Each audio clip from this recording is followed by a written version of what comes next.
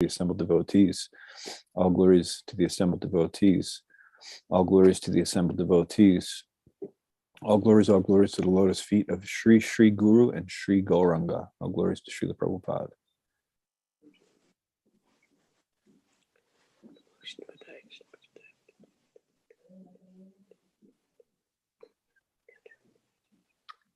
Hare Krishna, everyone. Good morning. Welcome to our continuation of Srimad Bhagavatam, first canto.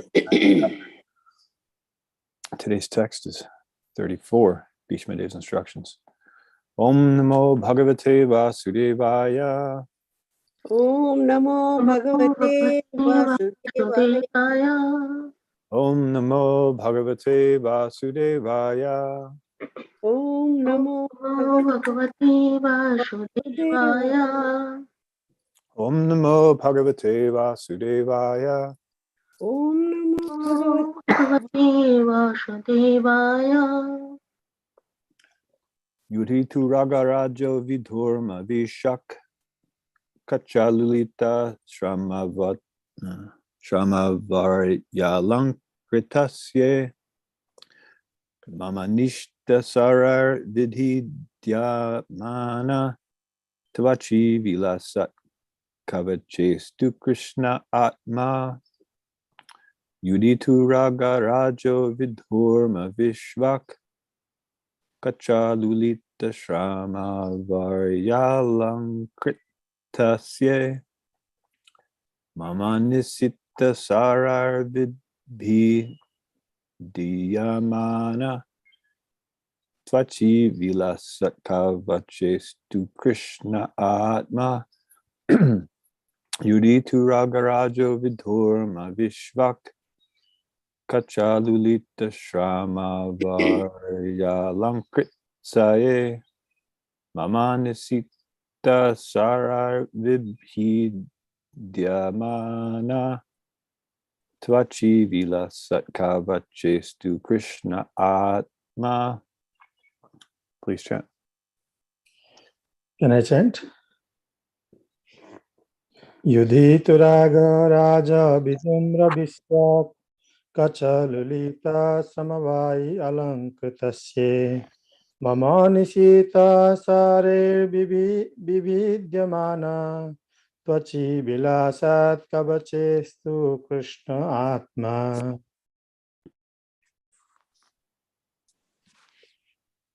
Hare Krishna. Yudhitu Ragarajo Vidhumra Vikshaka Kachulu Lita Shramavaria Lankratasye Mamanishita Sharer Vibhidhya Dhyamanatva Tvachi Vilas Sat Kavachestu Krishna Atma.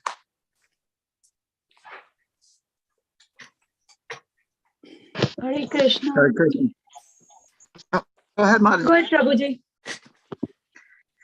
Yudhitu Ragarajo Vidhumra Vishvak Kachalulita Shramavaryalankritasya Mama Nishita Sharar Vidyamana Twashi Vilasa Kavachestu Krishna Atma. Hare Krishna, thank you. Hare Krishna. Yudhita Ragarajo Vidhumra Vishvak Kachalulita Shramavaryalankritasye Mama Nisita Sare Vibhidyamana Tvachi Vilasat Kavachestu Krishna Atma. Yudhitu Ragarajo Vidhumra Vishvak Kachalulita Shramavaryalankritasye Mama Nishita Share Vividyamana Tvachi Vilasat Kavachestu Krishna Atma. Hare Krishna. Hare Krishna Prabhuji. Yudhitu Ragaraja Vidhurma Visvakta Kachalulita Sramavari Alankrita asye mamanisita sare vibhidache astu Krishne Atma. Hare Krishna, Prabhu. युधितुरगराजा विभूम विधूम्र विश्व कचालुलिता समवार्य अलङ्कृत्य से मम निशित शरीर विभिद्यमाना थचि विलसत् कवचे स्तु कृष्णात्मा. Hare Krishna. युधितुरागो राजविधर्मविश्वक् कचालुलिताश्रमवारी अलङ्कृतस्य मम निशिता शरीरविभिद्यमाना त्वचि विलासत् कवचेस्तु कृष्ण आत्मा. Hare Krishna. Hare Krishna. Vidhituragradyo vidumra vishwat kachalulita shram variya alankitasya mama nishita sarvaira vididayamana vachi vilasate vachestu Krishna Atma.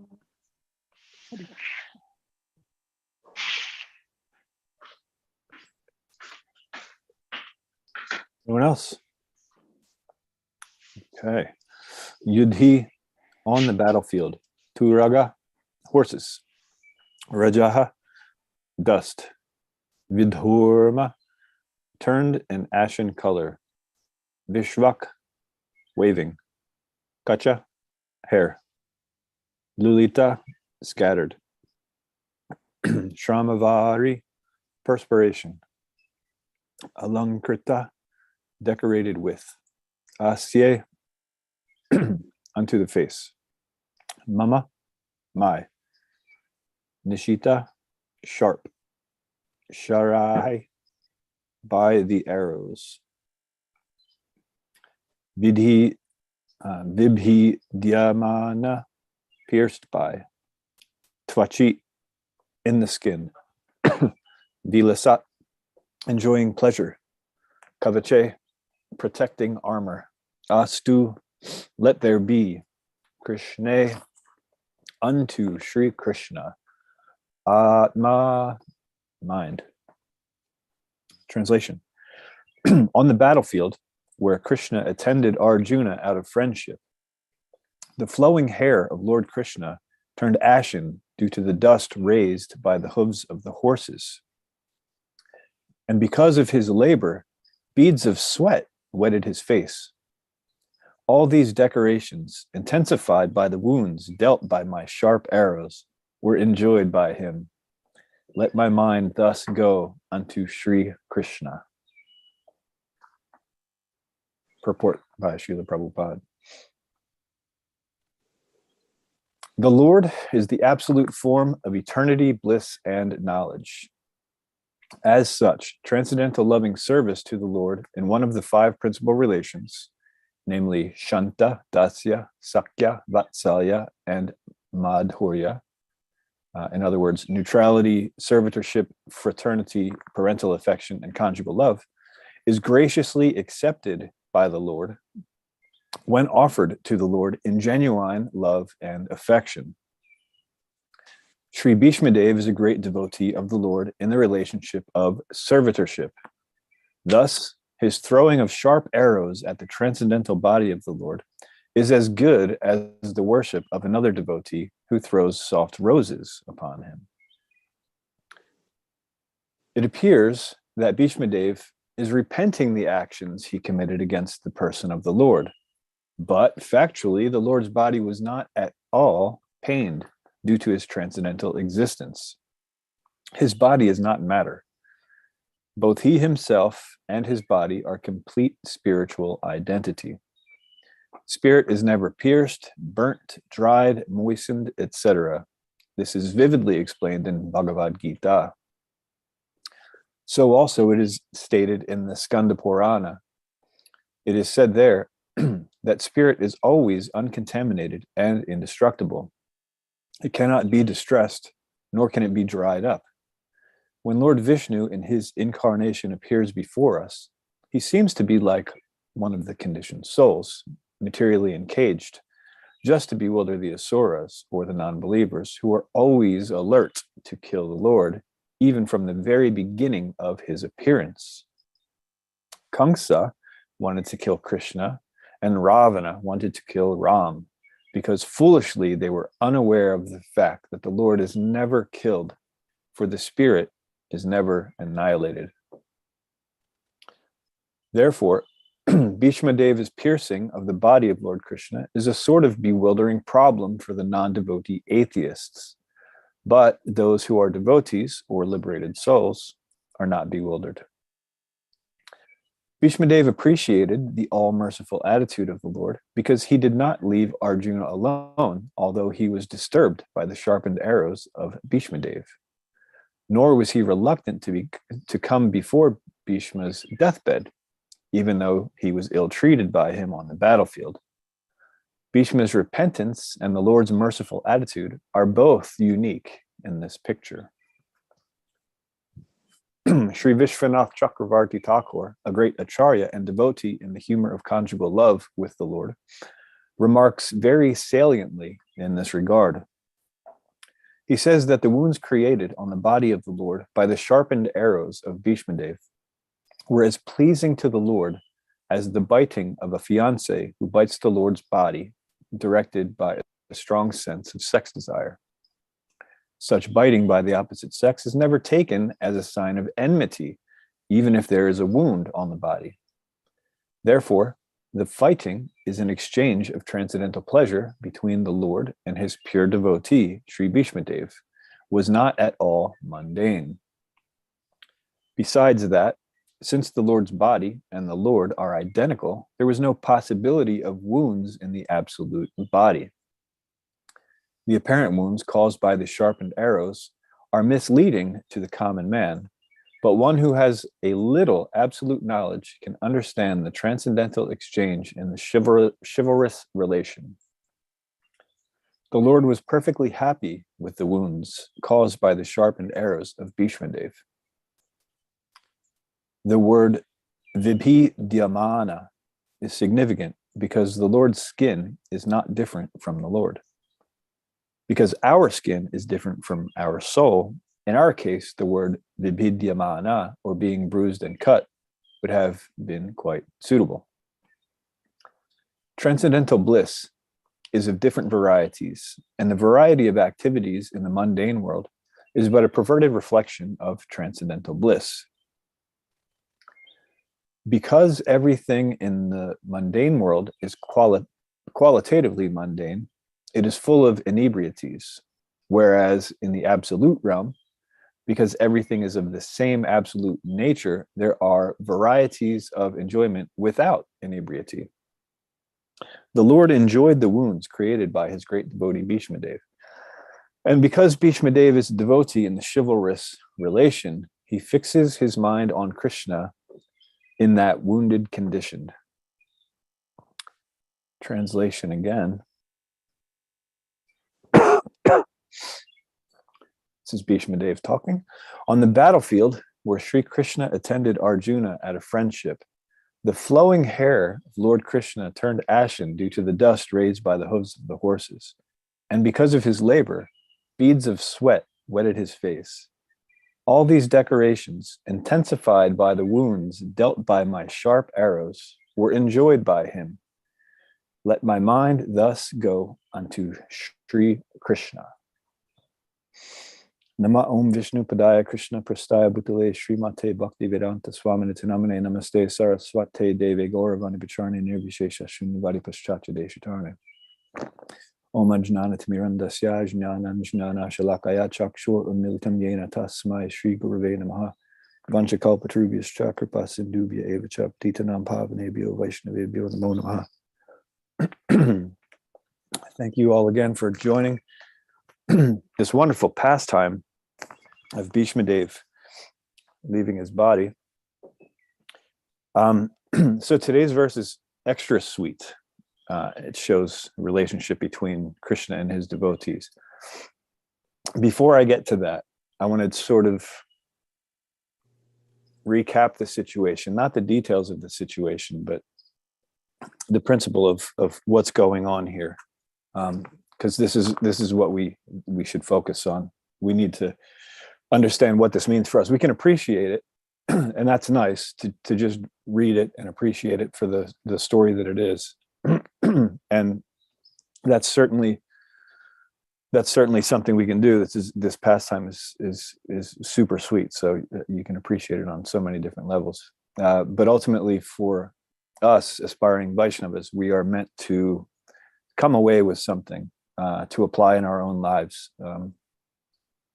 So again, it's okay just to appreciate it. That's fine, but it's also good to try to make advancement, become inspired by this, and try to make advancement on the spiritual path.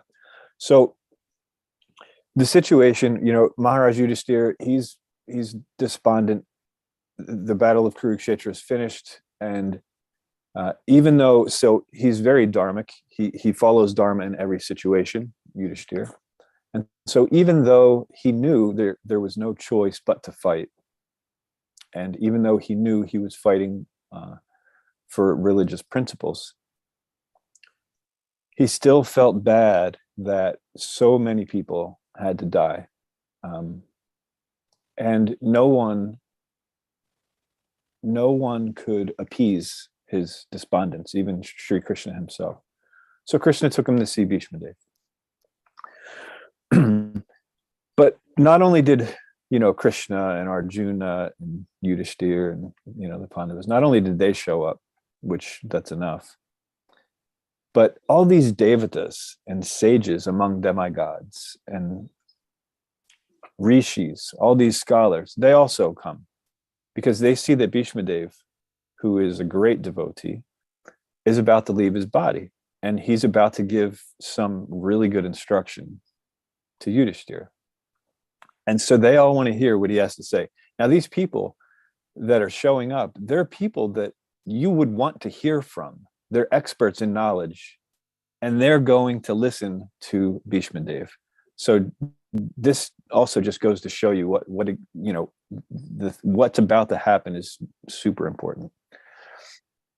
So Bhishma Dev, he congratulates him for coming. He empathizes with him. He says, you've gone through so many difficulties in your life. You definitely didn't deserve that. You've gone through a lot. You've overcome a lot. And then he instructs him. He says, look, all this is due to the influence of time and providence. The Supreme Lord wills something and it happens. We have no control over it. So Bhishma Dev already gives him the ultimate answer right there, right? And then he explains, actually, I'm just going to go look at it for a moment to refresh my memory. So around text 14, he's talking about how, how everything is going by the will of the Lord, right? And then he talks about, you just have to accept that. You accept the plan of the Lord, and then you go on and you perform your duty. Then Bhishma Dev also talks about how Krishna, chariot driver of Arjuna, and who was there, is actually the Supreme Personality of Godhead. He's the one that put everything into motion. So it's not only just divine providence, he's the one behind it. He's doing it. And he talks about how, despite the fact, this is text 22, despite his being equally kind to everyone, he has graciously come before me while I'm ending my life, for I am his unflinching servitor. Then he talks about chanting. He talks about like this.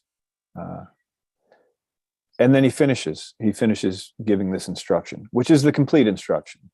Everything has been presented to Maharaj Yudhishthira. But at that point, Maharaj Yudhishthira he still has a little bit of doubt.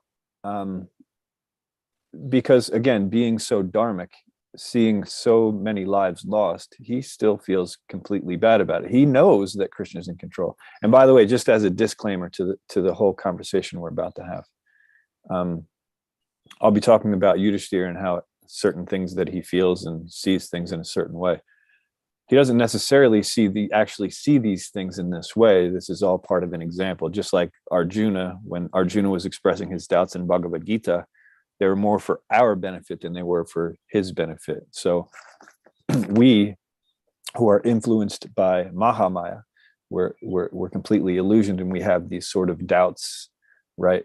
Arjuna was not influenced by Mahamaya, he's influenced by Yogamaya, so he had doubts so that those doubts could be resolved so that we could observe that and learn from it. So when I'm talking about Yudhishthira and still being doubtful, it's not that he was actually doubtful, is that the Yogamaya, well, he was, but Yogamaya was causing that doubt, not Mahamaya. So even though Bhishmadev gave everything, the entire instruction, it was all there, all of the tattva that you need was all right there.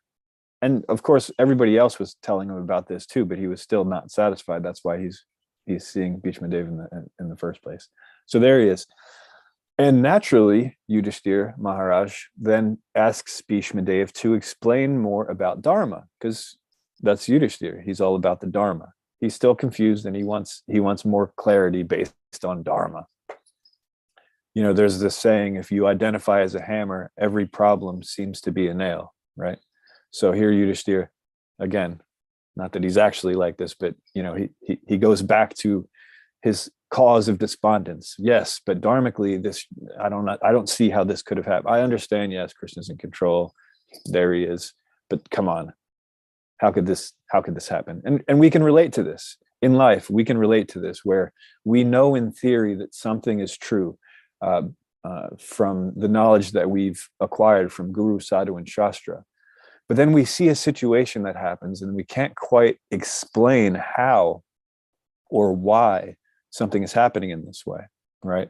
And so early on in spiritual development, in God consciousness, we become aware of God and we know that he's all powerful. And so we start asking him to do things like, at first it's, God, please give me these things that will give me comfort and take away those things which cause discomfort, right? And then later on, we become a little less selfish and we start thinking about the world or just more people. So it's the family. So do these nice things for my family and take these unpleasant things for my family. And then the world, please, give us world peace and take away all world suffering. We do like that. But then as we become more and more aware of who Krishna is and what this material world is and what the purpose of the material world is, all these things become clear, and then we stop asking for these sort of things. We stop focusing on these sort of things. So Yudhishthira, in order to get us, to inspire us to stop focusing on these sort of things, he's showing some sort of doubt. He's stuck on this whole Dharma thing, which isn't a bad thing. Dharma is nice. It's good. It'll get us, if we want to advance in spiritual life, it suits us quite a bit to follow Dharma, to follow Krishna's laws, to get to a point where we can actually fully understand him. So there's no fault here in Maharaj Yudhishthira's despondence or the fact that he keeps going back to it. He keeps going back to it like we do. We keep going back to the same thing, even though we've heard everything we need to know. We've heard all of the knowledge that we need to go back to Krishna and re-enter that relationship. It's all there. It's already been presented to us. But we still keep going back to these same attachments that we have, our material conditioning. So Maharaj Yudhishthira, to show an example, he asks Bhishmadev about Dharma. And so Bhishmadev speaks of Dharma. And as it's been mentioned in the past few weeks, in the Mahabharata, actually, these instructions are in great detail, right? Here in the Bhagavatam verses, it just explains what he talked about. And Srila Prabhupada fills out sort of the details of what he was talking about. But But so it's glossed over because it's, it's not as important, the details of it. So he talks about these things. He talks about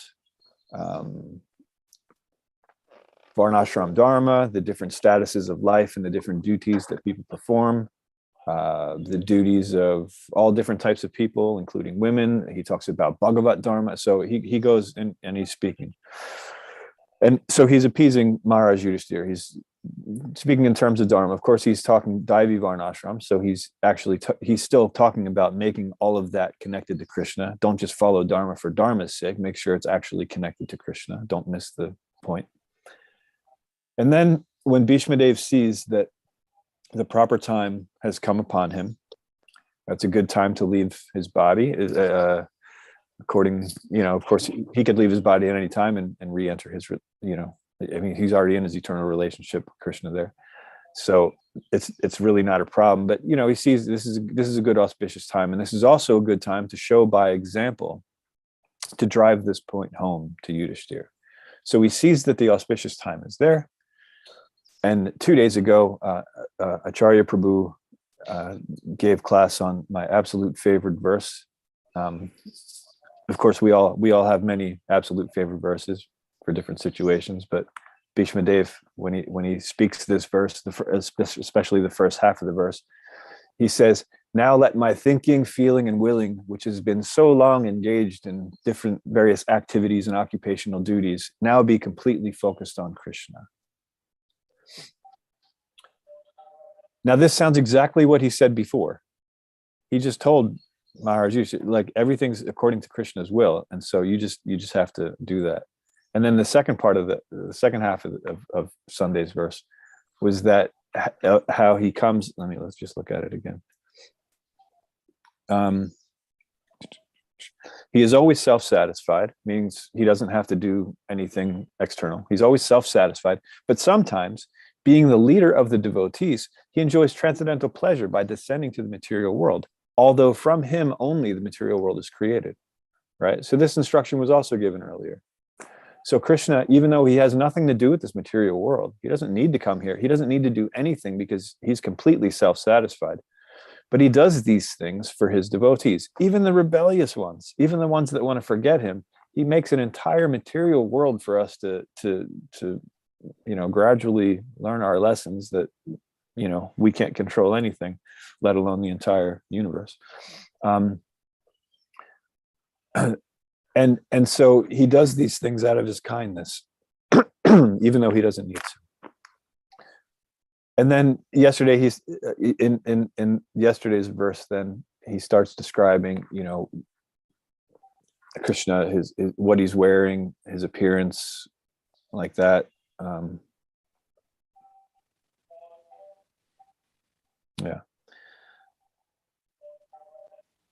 His bluish color, how he's so attractive that everyone in the three planetary systems is attracted to him. And what he's wearing in his face. And then today's verse, I'm just going to read it again. So on the battlefield where Sri Krishna attended Arjuna out of friendship, the flowing hair of Lord Krishna turned ashen due to the dust raised by the hooves of the horses. And because of his labor, beads of sweat wetted his face. All these decorations, intensified by the wounds dealt by my sharp arrows, were enjoyed by him. Let my mind thus go to Krishna. So Bhishma Dev here he's now showing by example. So he's already given the tattva, right? So now not only is he showing by example, but he's also providing us with rasa. So there's tattva and there's rasa. Rasa is always higher. So not only has he already told Yudhishthira that everything is done by providence, divine providence, and that providence is there personified, Krishna, he's there. Like he said that earlier, but now he's showing not only that Krishna is there, but what kind of person Krishna is. So Krishna, who's self-satisfied, he doesn't have to do a thing, right? He doesn't have to do a thing to be, he's already satisfied. He has nothing to do. He likes to interact with his devotees. So there he is on a dirty battlefield. There's dust flying everywhere, right? Krishna is the supreme personality of Godhead. and he has dust in his hair, right? And they're on a battlefield. And he's the chariot driver, so he's doing a lot. He's doing a lot, and so he's perspiring. So there's sweat, right? Coming. So there's beads of sweat, and his hair is ashen because of the dust that was being raised. And Bhishma Dev, of course, he's shooting, and Krishna, being the chariot driver, he doesn't want any of the arrows to hit Arjuna, so he's dodging, and sometimes he gets nicked by an arrow and there's blood. So the Supreme Personality of Godhead, whose body is Sat Chidananda, eternal, full of bliss and knowledge, he does not have a material body like we do, but he's showing all of the signs of fatigue, the sweat. He's showing the signs of becoming dirty, the fatigue. He's showing signs of becoming injured. There's blood. He's going through all of this out of love for his devotees. And he's enjoying it like anything when Bhishma Dev actually tags him with an arrow, when it slices his skin, because this is the relationship. And it's such a sweet relationship, as Srila Vishwanath Chakravarti Thakur points out. When we think of the rasas, we think of the five mellows that can be experienced. We think of them sort of like in an order, like a hierarchy, because conjugal love is the highest, of course, And so, we aspire to that because we think, okay, that's the best and I want the best, right? But the reality of the situation is we are what we are. And whatever it is 100% sweet, and it's always increasing, right? For both the servitor and for Krishna, for both, the relationship is just the sweetest thing. So that's one thing that we should always sort of remember, keep in mind, to understand that Krishna, when he's dealing with his devotees, no matter who the devotee is, no matter what form he takes in order to reciprocate with that devotee, the sweetness is it's amazing. And for the servant, it's 100% satisfying, and for Krishna, it's 100% satisfying. Everybody is completely happy with the relationship that's happening. And so Bhishma Dev is there, and he's appreciating this. He sees that Krishna has gone through all of this just to play with his devotees, right? And so Bhishma Dev is showing Yudhishthira not only is providence in control of everything, but there it's Krishna, and he's going out of his way to do all these things just to play around with his devotees. So it's such a sweet pastime. What's happening here? So I kind of want to recap, because there's a lot that we unpacked today, and I want to leave plenty of room for discussion too. So there are a number of things that we can take away from this pastime and this whole situation. The first one, of course, is that when we're confused, overwhelmed, despondent, etc., we should seek guidance from an authorized person and hear from them in a submissive mood. That's what Yudhishthira did. He was despondent. He had good reason to be, but he didn't just sit there and sulk. He took guidance, and he didn't do it in a challenging way. He did it in a submissive mood, right? So that's an important thing. Another thing that we can take away from this is, so that's if we're despondent. Now, sometimes also people come to us who are despondent. So if someone asks us for guidance, advice, or instructions, we should do so in a detached and patient manner in accordance with Scripture. So we see by Bhishma Dev's example, he's detached, he's patient, and everything he says is in accordance with the Shastra. Any aspiring spiritualist, it's a Brahminical qualification that when you give advice or you cite Shastra, you give instruction, you're meant to be detached. It means someone comes to you for advice, you give them the advice, but whether they take it or not, it doesn't affect you in any way. You've done your job. You've quoted Shastra. You've given them the guidance that they're searching for, and that's it. you're not in control of the outcome of whether they accept that knowledge or not, right? So that's there. So he was detached in that way. He was also patient. So he gave the instruction, he gave all the tattva that was necessary. But Yudhishthira then, to show the example for us, he went back to the whole Dharma thing. Can you explain Dharma to me? Because this still doesn't, this still doesn't sit well with me. So explain that. So he did. And so he was patient, he was detached, it was according to the Shastra.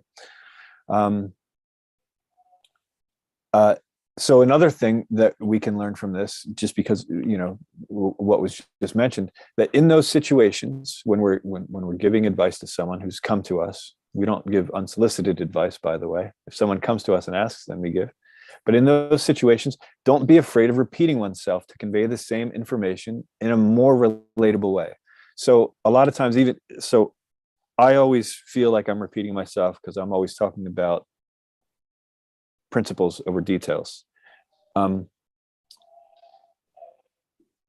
here's the thing. We sort of always have to repeat ourselves. We see that Krishna is repeating himself. We see that Bhishma Dev is repeating himself because we're so attached in our material conditioning that we have to hear the same thing over and over. We have to hear it from different angles, different points of view. In order to actually understand it. So we shouldn't be afraid of repeating ourselves. It's saying things in a different way to get the point across in a more relatable way. That's another thing. And always bring it back to the main principle, right? So we see that Bhishma Dev did that. He was talking about Dharma as Maharaj Yudhishthira requested him to, but he was doing so in a very focused way. It's still focused around Krishna. But then he kept bringing it back like that. So that's an example. And above all, show by your personal example, right? So if we're giving someone instruction, the words are there, and sure, it's backed by Guru, Sadhu, and Shastra, and that's got potency, but it won't have full potency unless we ourselves are actually applying the knowledge in our own lives, to show by personal example. So this is what Bhishma Dev was also doing there. He was talking about Dharma. He's his life is dedicated to Krishna, and he's preaching Krishna consciousness through different activities. But still, like again in Sunday's verse, he wasn't satisfied with that. He wanted to do more. He wanted to now just completely focus on Krishna. He was already focused on Krishna, but now he didn't want to talk about any of those other things. Now just completely focus on Krishna. So now he's showing Maharaj Yudhishthira by example that even though so many other things can be happening, going on, they can be confusing, always just focus on Krishna. Just fix your mind on Krishna, right?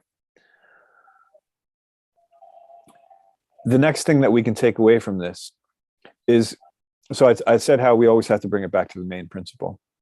The main principle is always detachment, right? More importantly, it's attachment to Krishna. But in our context, we talk about it as detachment from the material world. We don't want to just become detached from material world or our material nature, because then, we run the risk of, merging into the effulgence of Krishna, which isn't a desired result for us. So it's really attachment to Krishna. But the reason why I say detachment instead of attachment to Krishna is we can misunderstand when we say attachment to Krishna. We could just say, okay, no, I'm attached to Krishna. Yeah, I believe he's God, and I want to go and serve him when I leave this body, and we can say like that, and we can consider that attachment to Krishna. But the reason we say detachment, when we emphasize that, is to show that no, we are actually, even though we appreciate Krishna, we're not attached to Krishna. We're attached to serving our senses. We're attached to our personal comforts. We're attached to certain ways we like to be entertained. We're attached to a lot of things that are based on ourselves, right?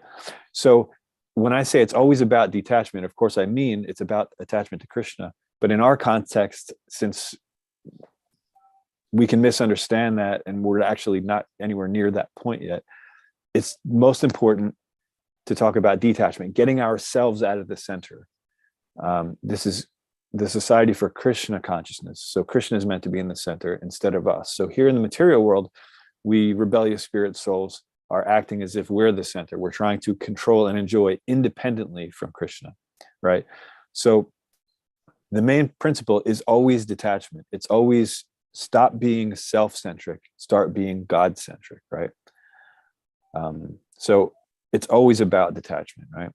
So accept Krishna's plan and continue your service. Don't become too discouraged. Whatever the case may be, if we're doing our service, something goes wrong, we keep doing it, right? Because that's what we do. We serve Krishna. We're not doing it because of the result. We're doing it because we're serving Krishna. That's our goal. And then the last thing, which is, I keep saying the most important, because everything is the most important depending on where we are and what we're doing. But one of the best takeaways we can take away, for risk of saying the same thing, sorry. One of the best things that we could take away from this is to understand that Krishna is controlled by his devotees, and his unconditional love for them is always on full display. He will do anything for his devotees, right?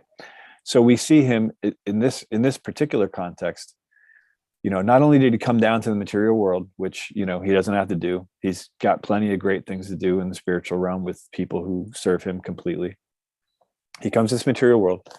It appears as if he has a material body. He looks just like, everyone else. He accumulates dust in his hair. He sweats, he bleeds, right? Evidently, according to people's external vision, they see these things.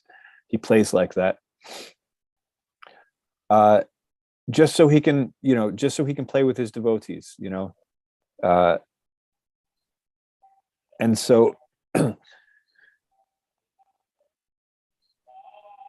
we don't understand how sweet that is. Every incarnation of Krishna, usually when I talk about this, I bring up Varaha because that's just one of those extreme examples. So, Sri Krishna, the Supreme Personality of Godhead, the absolute truth, who doesn't need to do anything. He's completely self-satisfied. He saw that one of his devotees was in trouble, Bhumi.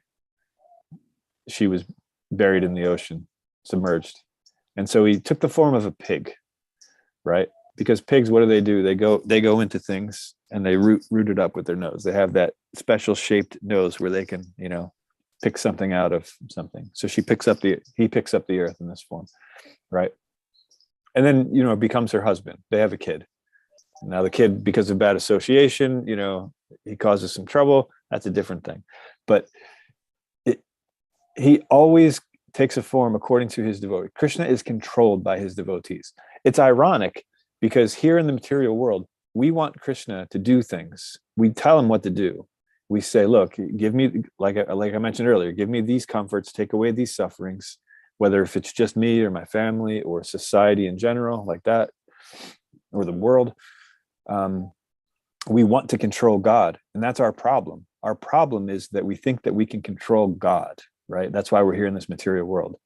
So the irony of it all is when we actually become lovers of God, when we actually become his servants and we give ourselves completely to him, he gives himself completely to us, and he's actually controlled by his devotees. So the irony is we're trying to control him here.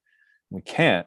And then when we finally realize that we can't control him, he becomes controlled by us and he'll do anything for us. He'll take these forms in this world that he has nothing to do with, just so he can play with us, when we become worthy of such pastimes.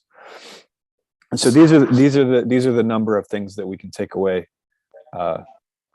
from this pastime. So today's verse, especially, so I said earlier, Bhishma Dev gave the exact same information, but it was tattva. Now he's giving the same tattva, but with that added juice of rasa, so we can appreciate Krishna as a person more. And of course, this is the most important thing, because we don't want to just be tattvavadis. We want to relish the nectar of Krishna's pastimes.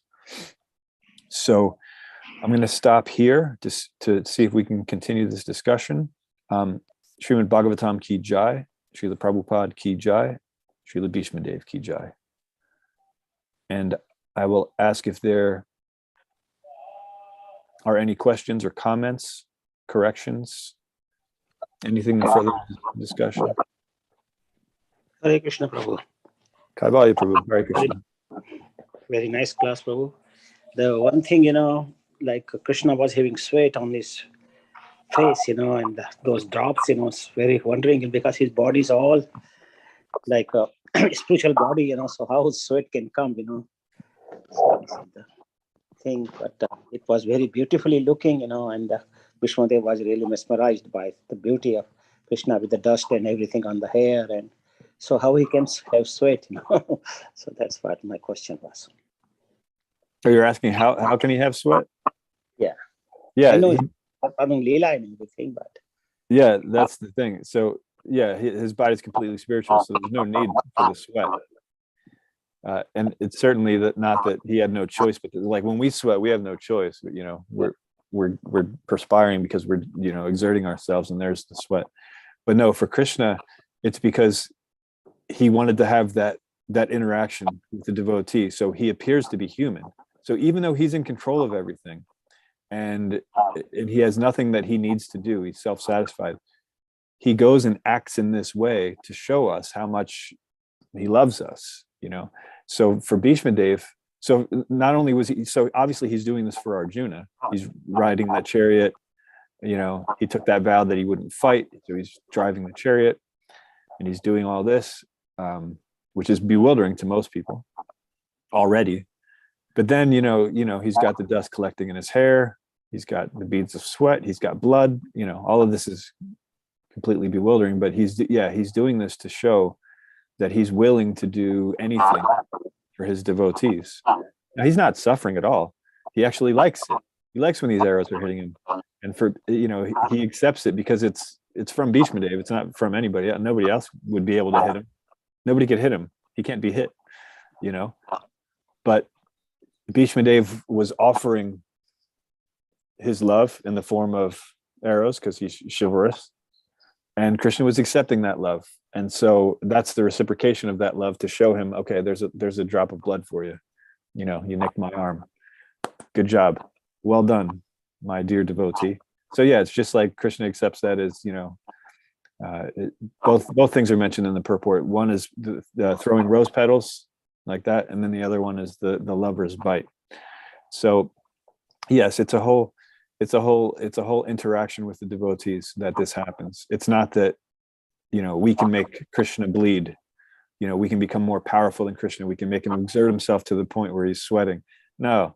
He only does this out of pastime, and he only does it to his pure devotees. He doesn't do this for anybody.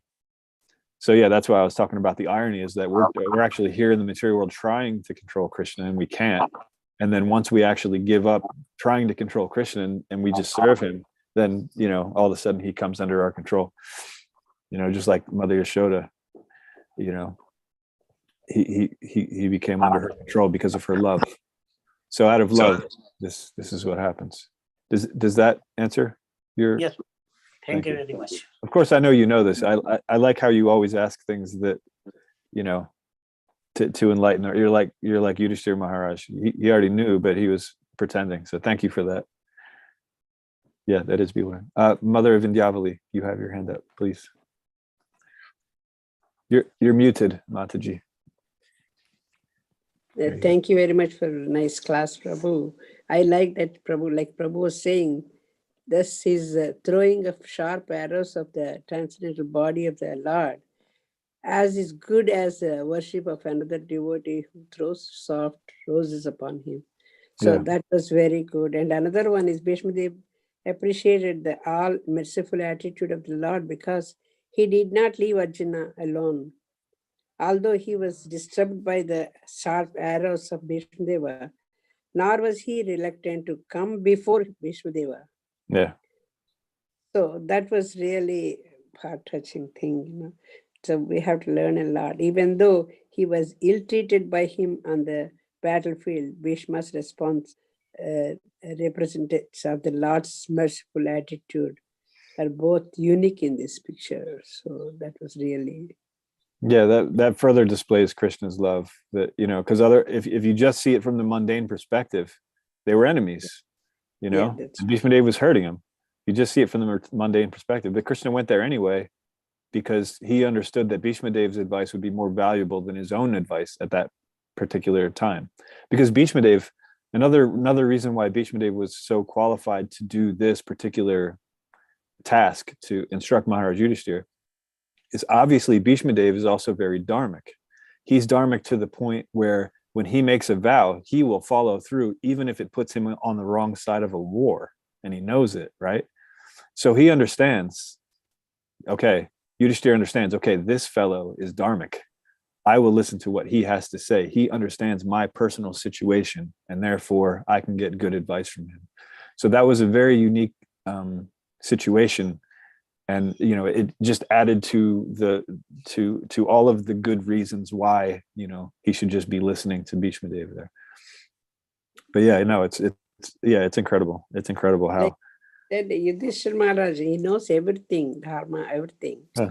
But, you know, we're asking questions, you know, that for us, it's very beneficial. That everything, and that was very good. Thank you very much, Prabhu. Thank you. Krishna Kirtan, Prabhu, you also have your hand up. Yes, Hare Krishna, Charachandra Prabhu, nice to see you. Have a nice background. I don't know if it's real background or... It's real.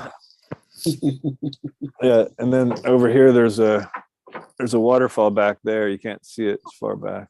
We can also come. Please give us the address. Yeah, anytime. Yeah, that's looks like, reminds me of Govardhan. Thank you. It is such a beautiful verse. Really a beautiful verse.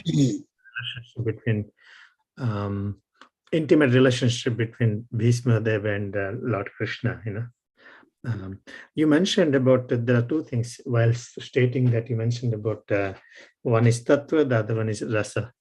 Yeah. Tattva and rasa. Now I have a question.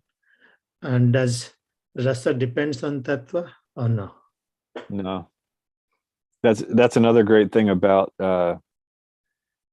Krishna is he's willing to, for his devotees, he's willing to break his own promises, and his promises are just truth. Like he says something, it's true. And so he's willing to break dharma for it. So we don't want to get too far into this, but like the gopis, for example, when Krishna played his flute, they went and dropped everything. They dropped their family duties, obligations, all that. And so from a mundane point of view, from an outside perspective, you know, they did the wrong thing. They've now become outcasts, you know. So ultimately, no. But for us, and I'm glad you asked this question. So for us, we do want to focus more on tattva because we are so materially conditioned that our mind will convince us that our debauchery is actually spiritual, that our bad habits are spiritual, and then we could write that off as, no, this is rasa. This is a relationship. So for us in this material world, it's more important to focus on the tattva, because if we don't understand that principle, that everything is to be done for Krishna's service, and we should be, in other words, we should become detached and do everything for Krishna's service, detached from the results, attached to Krishna, detached from material nature. Until we actually get that point and understand it and start acting in that way, there's a danger of us doing it wrong, engaging in what we think is spirituality, but it's absolutely not, right? And so for us, we focus mostly on tattva. But at some point, when we become completely purified and we're doing everything for Krishna, then we'll see that sometimes you actually have to bend a rule in order to serve Krishna. But this comes at a much, much, much later stage. So yeah, for us, we want to mostly focus on tattva. Now we understand it. Like Yudhishthira, for example, he was more concerned on the surface. Of course, this isn't really what his concern was, but for us to learn, he was more concerned with Dharma than he was with, completely serving Krishna. Of course, he was serving Krishna, but, on the surface, it looked like he was more concerned with Dharma. So you could say that he was more caught up in the tattva, right? But we see that eventually, like when Bhishmadev said, he was talking about Daivi Varnashram Dharma, which is complete. It's doing your duty for Krishna, right? It's Krishna consciousness, yeah. But after he talks about that, he says, now let my thinking, feeling, and willing, which has so long been engaged in other occupational duties and activities, now be completely focused on Krishna. Now this is also echoed in Chaitanya Charitamrita, where when Lord Chaitanya was talking to Ramananda Roy, and he said, okay, tell me the topmost truth. And so Ramananda Roy starts going through these different things. Whatever you do, wherever you offer, give away, do that for me. But at one point he says, do your duty in Varnashram Dharma, but for Krishna. He says, Daivi Varnashram. And Lord Chaitanya says, this is external, let's go further. And then, he keeps going further and further and further until he gets to, of course, the supreme occupation is just, serving Krishna in Braj. And so Daivi Varnashram, it's designed to get us from where we are to surrendering to Krishna, right? But eventually it has to be given up, because Daivi Varnashram happens here in this material world. We're using our conditioned nature for Krishna's service. So eventually we want to get rid of our conditioned nature and just be engaged in Krishna's service. So then we actually leave that behind, right? It's what I call the stepping stone principle. You're on one side of a river, you want to get to the other side, and there are stones that you can step on to get to it. Otherwise, you're going to get washed away by the current. Now, some people say, you don't need those stepping stones. You need to get to the other side of the river. So they only focus on, the other side of the river, and they never get on the stepping stones. Now, there are others who value the stepping stones. They say, no, look, I've left this side of the river. I'm on the stone, and look, it's gotten me closer to the thing, right? But the danger there is you can also get attached to those stones. You could just set up camp on one of those stones because it's so valuable. Look, it got me so much closer. Now I'm just going to look, see, it has so much value. So one's saying it has no value because that's not the ultimate goal.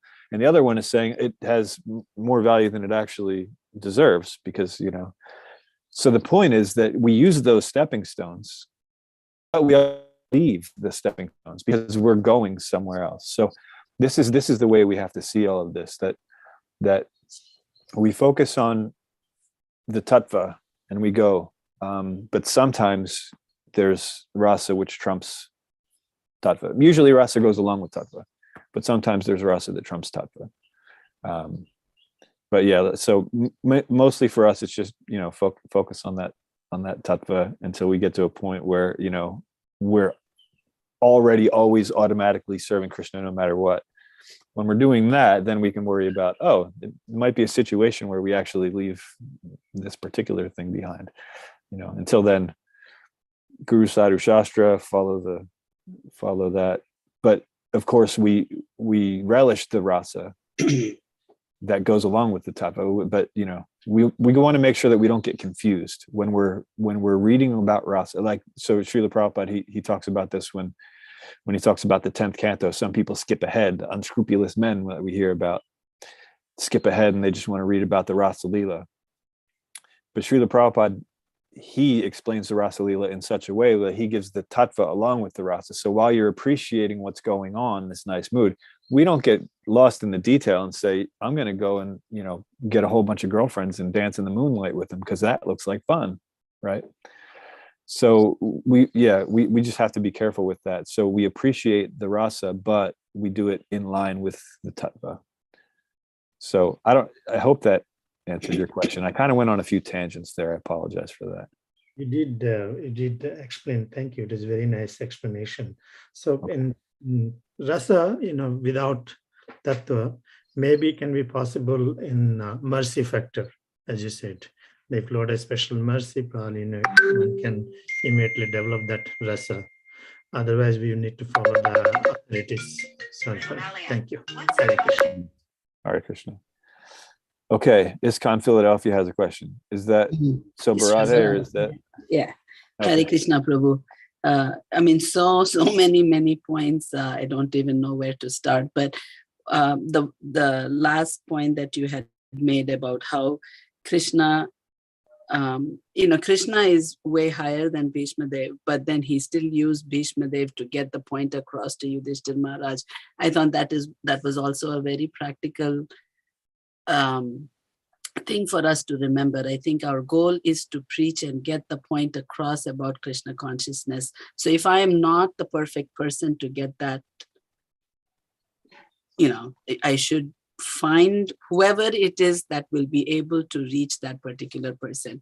But my question was more, you said that we should be a personal example. And if I'm not able to be that person, how do I go about it then? Like if I'm not actually following it, then am I completely not qualified to make that point? That was one thing. And also, you said we should be patient. But I've also heard people say if they are resistant to it, don't just move on. I think moving on is easy when it is not somebody close in the family. I can say, okay, you know what, I've done my best, I'm moving on. But when it is family, it just seems like we cannot give up. And I guess that is okay. I mean, it's not wrong to keep on trying because we're trying something good. But what is your thought on that? Okay, so I'll take the one first thing is about personal example, Yeah. and the second thing is patience. So the first one first. So about the personal example. So there's actually two things that we do. One is if we're not that example, one is become the example. So how can we expect someone? So we're giving the knowledge that we've heard from an authorized source, and we're asking someone to apply it. But if we haven't applied it, how can we expect them to? So we know they should apply it. We see that in their lives, which is such a mess compared to ours, right? That if they just applied this, their life would be fine. Well, if we truly believe that, then we'd apply it in our own life, and our life would be fine because our life is much messier, probably, especially since we're giving knowledge and not even following it. So yeah, our life is a mess in that situation. So first thing is just become the example. The second thing is, in the meantime, as we're striving to become the example and only speaking according to Guru, Sadhu, and Shastra, because there's some potency there, even if we're not following, if we're just repeating, we're not putting our own, spin on it. But yeah, if we are at the point where we're still trying to apply it, but we're not yet, and we want to give that person extra guidance, then yeah, we can bring them to a person that we know has applied that particular lesson, and both go together, because you're trying to get it, they're trying to get it, and so you both go together and you both inquire, and now you both have the opportunity to apply that particular knowledge. So get the qualification and bring as many people with you as possible. But in the meantime, speak only what you've heard from the great souls, the Guru, Sadhu, and Shastra, and that's good. But always work on it. Always work on getting it. Never be satisfied with, okay, now I've, So that's the first thing. Remind me of the second thing again. Patience. How, do we? Oh, right. If somebody is very resistant. Yeah. So there's a point where we have to understand there's resistance, and then there's the preaching to the faithless. We don't want to preach to the faithless. If they're not resistant, they're averse. If a person's averse, then we don't bother, or we do it in a very subtle way. The old prasad method. Oh, here, yeah, soften them up with prasad, and if they can, kirtan, like that. But if it's just, like you said, a family member, someone you care about a lot, sometimes we have to do it subtly, sometimes we have to do it in different ways, but there's always ways to inspire change in others.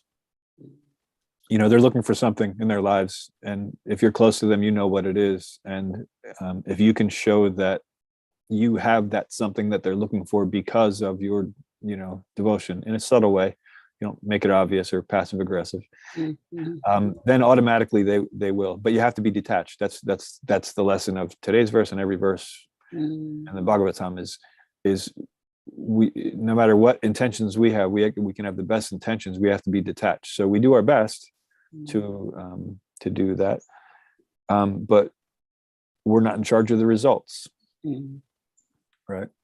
Otherwise, we're following that pattern that Yudhishthira was showing us not to follow.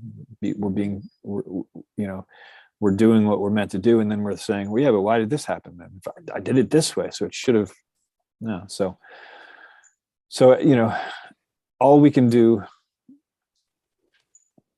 is inspire those around us to take up the path, because we can show them that whatever they're looking for, we have because of the path. That's the most valuable preaching, especially for those, close friends or family members. But yeah, detachment, that's the main thing. Detachment. Yeah, and that's where patience comes in. If you're detached, you'll be patient. Patient, true. You won't become frustrated and say, how many times do I have to tell you? Because really, if we ever find ourselves in that mood where we're frustrated that someone just won't listen to reason, just get that mirror and look at it and just think, am I really applying all of the things that I know are true? Why aren't I that frustrated at myself? Why am I so frustrated at this person? And then then we realize, okay, no, I should be this frustrated at myself. And then how I feel about myself, which is we're very liberal with ourselves. We're like, oh, in time we're gonna, no problem, time of death, we'll be focused on Krishna, no worries, I got that covered. We can be like that with the others. Well, eventually he's gonna get the point, and all we can do is like that. But for us, we should be looking at ourselves in the mirror, not to the point where it's self-destructive or anything, but we should be thinking, what is taking you so long? Why aren't you applying this in your life? It's been decades. What are you waiting for? What's going on? Let's try something new, like that. But yeah, it's a thing. We have our attachments, we have our material conditioning, and somehow others' mistakes are way more visible than our own. Oh, that is the biggest. That's the biggest hurdle. And even after we are talking about it and understanding and realizing it, still that is the biggest hurdle to get over. Yeah, and that's that's where Yudhishthira is showing us that example. He already got the tattva, right? And then he starts asking about dharma. Tell me more about dharma, because this still doesn't sit right with me. Because I get it. He obviously knows dharma. He followed it the whole time. But then he still regretted the fact that all these great people are dead. There's families were destroyed, and like that. And now he has to lead them all. He feels like a hypocrite. Then Bhishma, he just says the same thing again, but then he's showing by his example, and then he's showing how sweet Krishna is. That you just like, what are you doing? How can you not surrender to this guy? Look at him. He doesn't need to do a thing. He could just be up there in the spiritual world. He's self-satisfied. He doesn't, but he wants to surround himself with devotees so much to the point where he actually comes down to the material world. He has nothing to do with that. He doesn't need to look like he has a material body. He doesn't need to sweat or get dust or bleed or any of that. He doesn't have to drive a chariot around for his cousin. No, he does this because out of love.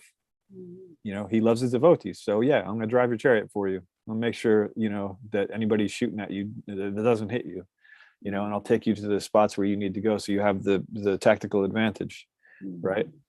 And yeah, there's another devotee over there, and he's shooting at me. Yeah, I'm gonna let him hit me, so we can have this reciprocation of rasa, because he loves me that much. He loves me so much that I need to reciprocate that love and show him that I also appreciate him and I love him too. And so he allows himself to get, nicked with the arrow and the beads of sweat and the dust in his hair.